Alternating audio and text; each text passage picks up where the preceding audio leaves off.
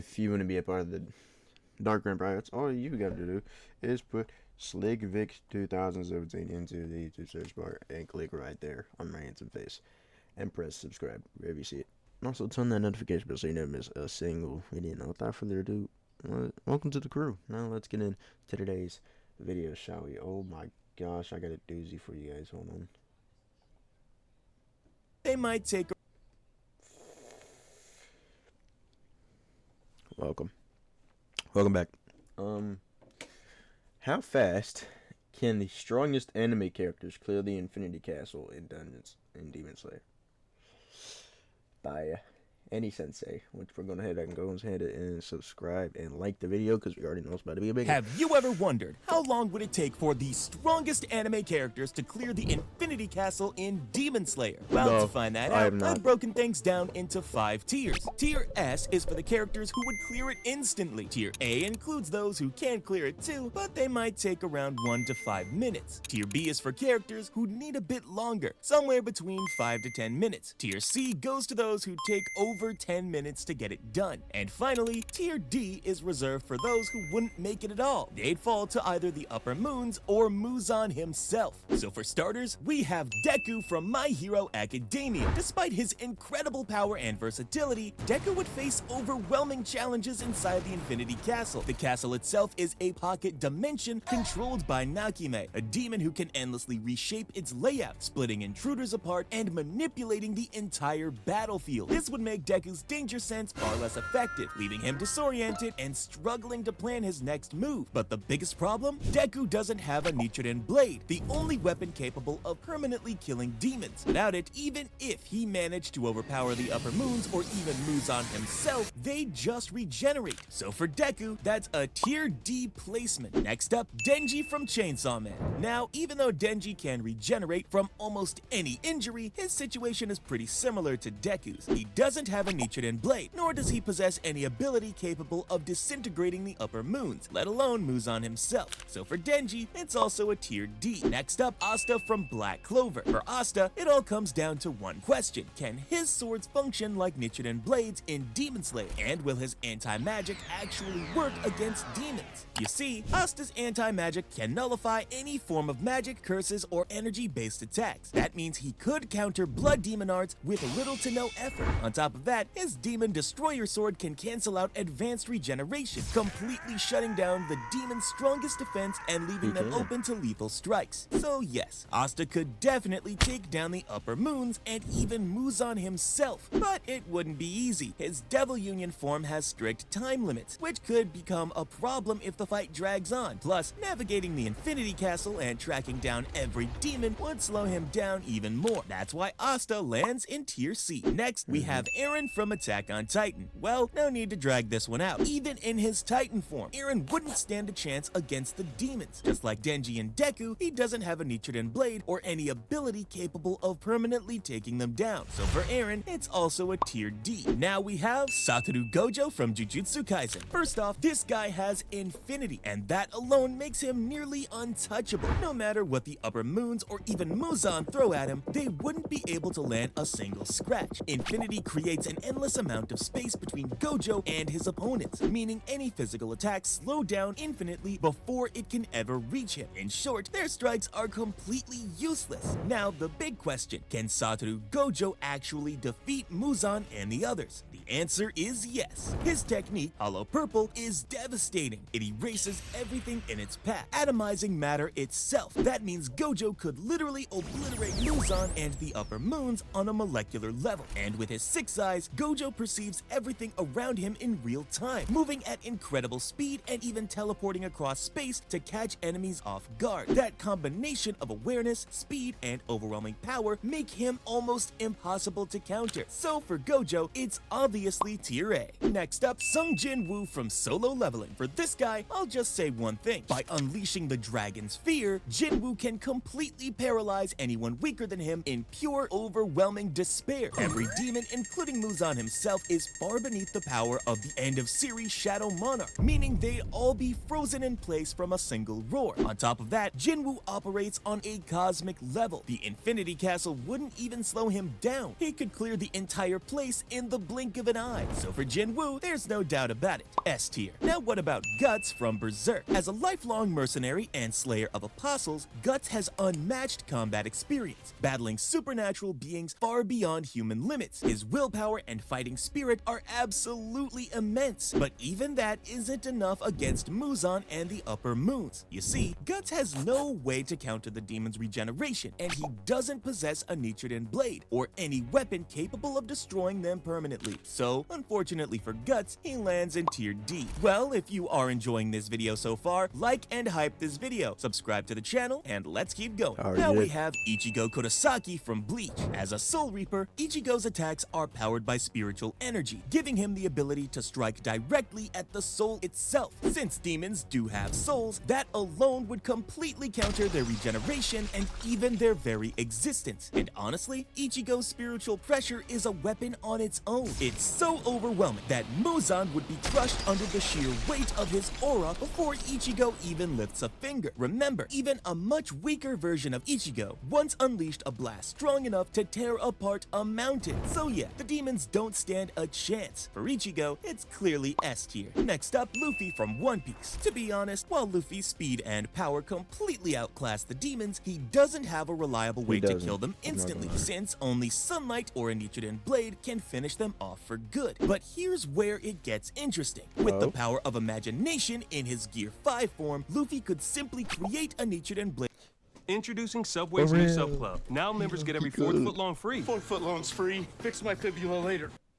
For himself. Once that's done, it's game over. He just needs to slice the demons down one by one. And with his advanced mastery of Haki, he could even stop their regeneration and take them out in a single strike. The main issue, though, would be Nakime. Her ability to constantly reshape the Infinity Castle would force Luffy to waste precious time just trying to find the other demons. So, while he can destroy them all, it wouldn't be quick. That's why Luffy lands in tier C. Next up, Gon from Hunter x Hunter. At his peak, Gon Freaks is an absolute powerhouse. His strength, speed, and durability pushed to superhuman levels through his mastery of Nen. But here's the problem. Unlike the Chimera ants he fought, the Upper Moons and Muzan have insane regenerative abilities that make them practically immortal. Sure, Gon's physical attacks and Nen-infused punches would deal massive damage, but without any way to counter their regeneration or deliver a fatal blow, he simply couldn't finish them off. On top of that, the constantly shifting structure of the Infinity Castle would throw him off and make it even harder for him to adapt mid-fight. So for Gon, it's a D tier. Now we have Naruto. As a master of ninjutsu, taijutsu, and sage mode, Naruto stands as one of the most powerful shinobi in existence, backed by immense chakra reserves as the Nine-Tails Jinchuriki. To counter the demon's regeneration, he can use wind-style Rasen Shuriken, a technique that destroys targets on a cellular level. A direct hit from this would completely atomize or permanently disable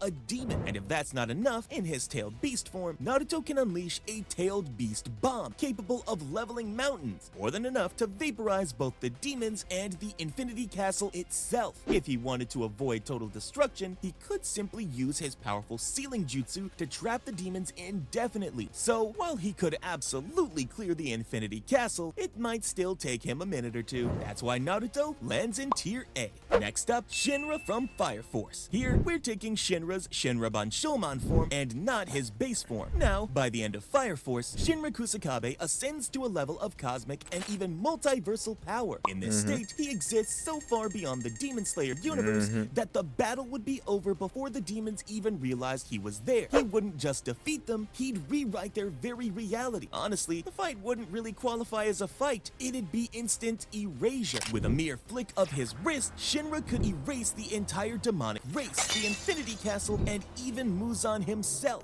So for Shinra, it's obviously S tier. Now we have Shigeo Kageyama from Mob Psycho 100. Mob possesses a level of telekinesis capable of lifting and crushing entire skyscrapers with little effort. He can also dismantle matter at a molecular level, allowing him to bypass the demon's impressive regenerative abilities. On top of that, his psychic barriers are nearly impenetrable, able to withstand attacks that could level entire buildings. Against him, both physical strikes and blood demon arts would be completely completely useless. And if you're wondering how he'd actually defeat the demons, well, as an Esper, Mob can instantly erase spirits and evil entities with a touch. That power directly counters the spiritual nature of demons, allowing him to wipe out their existence entirely. Still, clearing the entire Infinity Castle would take him a bit of time. That's why Mob falls into Tier B. Next up, Dio Brando from JoJo's Bizarre Adventure. Now, both Dio and the demon share one critical weakness: sunlight. Neither of them wants to be anywhere near it. Beyond that, the demon's regenerative abilities, especially Muzan's, rival or even surpass Dio's. Sure, Dio could deal massive damage using Time Stop, but he lacks any real way to deliver a lethal, regeneration-nullifying blow. Nothing like a Nichiren Blade or the power of sunlight. His best option would be to vaporize the demons entirely or deal so much damage that they can't regenerate fast enough. But realistically, Dio has no reliable way to finish them off. So for him, it's a clear Tier D. Now we have Rimuru Tempest from That Time I Got Reincarnated as a Slime. Well, as I've mentioned in countless previous videos, Rimuru, in his true dragon form, is a multiversal being capable of erasing or creating entire universes with nothing more than a thought. His power goes far beyond the physical. He can erase concepts, existence, and even reality itself. You're talking about defeating demons? Rimuru could literally delete Muzan and the others from the timeline as if they never existed in the first place. So yeah, no doubt about it, Rimuru goes straight to S tier.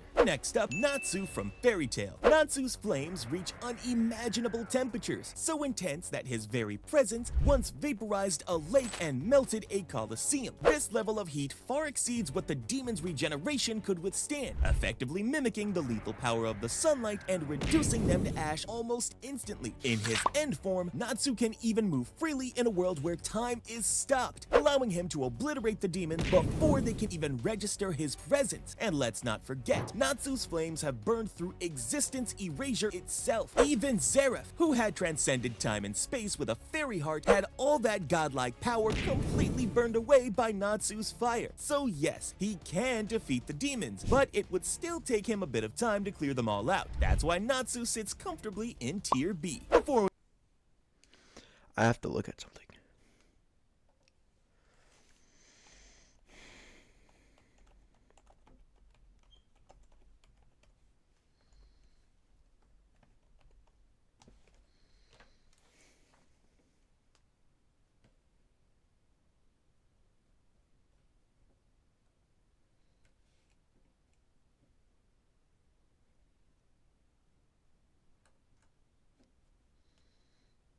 Nine seasons?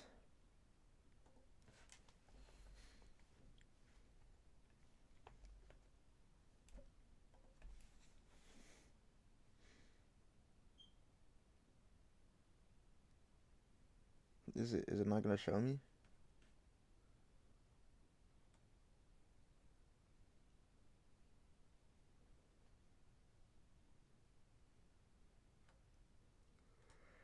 I guess it's not gonna show me, but we move on, if you still haven't subscribed yet, what are you waiting for? Hit that subscribe button and get the best anime content every time. And now we have Goku from Dragon Ball. Well, do I even need to explain this one? Goku is one of the most powerful and iconic anime characters of all time, with strength and abilities that operate on a universal, if not multiversal scale. For context, Majin Buu could regenerate after being completely atomized, yet even he wouldn't stand a chance against Goku at full power. Compared to that level of destruction, the demon's regeneration is practically meaningless, and honestly, just the presence of Goku's godly ki is enough to overwhelm opponents far stronger than anything in the Demon Slayer universe. There's nothing really to debate here. Goku goes straight to S tier. Next up, Okarun from Dandadan. After being possessed by Turbo Granny, Okarun gains incredible speed and reflexes, allowing him to run at speeds of up to 100 kilometers an hour. Well, that's pretty much all he's got. Sure, it's impressive, but it's nowhere near the hypersonic speeds of Muzan or the top tier upper moons. Against demons that can regenerate instantly and unleash a wide range of devastating blood demon arts, Okarun wouldn't even stand a chance against Akaza, let alone Muzan. So for him, it's an easy Tier D. Now we have Kafka Hibino from Kaiju number 8.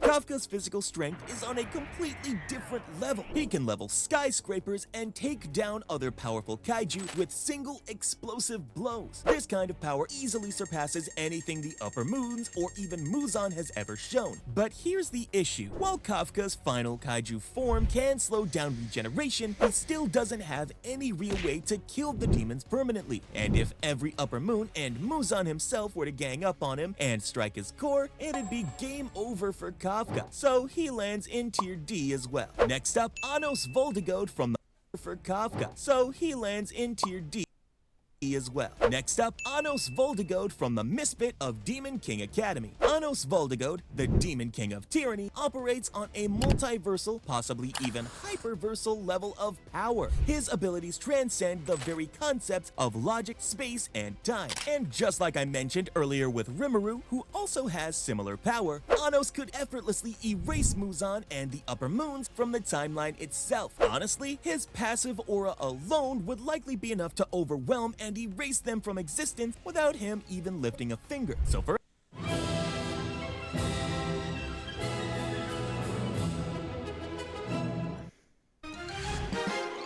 Get your whitest smile for 12 months with just one kit of Crest 3D White Strip. Anos, it's obviously S tier. Next up, Meliodas from Seven Deadly Sins. As the Dragon Sin of Wrath and the eventual vessel of the Demon King, Meliodas wields power on an entirely different level than anything in Demon Slayer. In his final form, he commands the full power of the Demon King, and his mere presence alone was enough to threaten the stability of the entire world. With Hellblaze, Meliodas can completely negate regeneration and inflict wounds that never heal, an instant win condition against demons who rely entirely on their ability to regenerate. And with full counter, any blood demon art launched his way would be effortlessly reflected back at his enemies with devastating force. That means Meliodas could absolutely defeat every Upper Moon, including Muzan himself. But since he wouldn't be able to do it instantly, we'll place him in tier A. Now we have Freyren. As one of the most powerful mages in her universe, Freyren wields destructive magic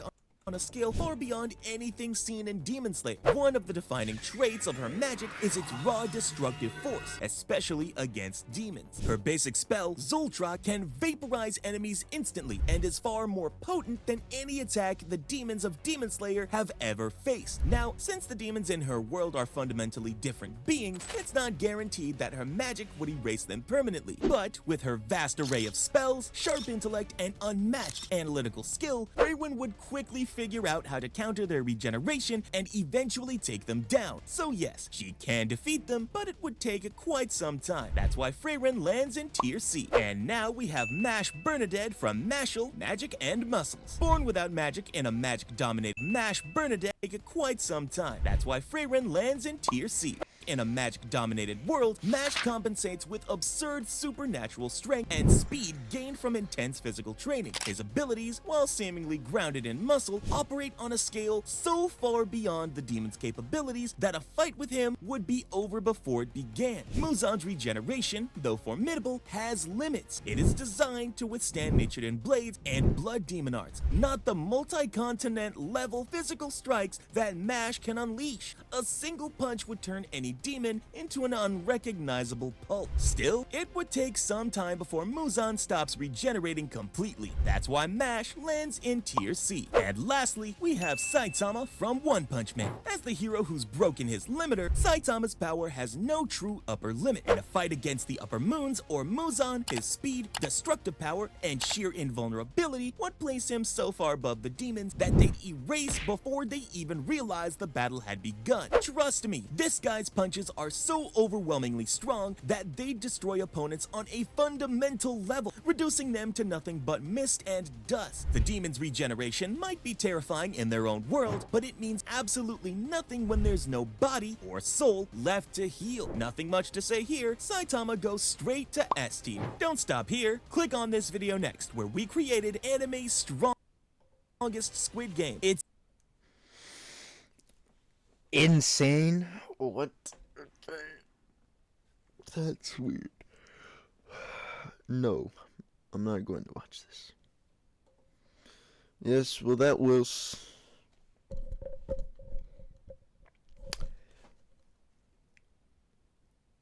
How fast can the strongest anime characters clear the Infinity Castle in Demon Slayer by Annie Sensei? Yeah, bye. That was crazy. What the freak? That was insane. Um,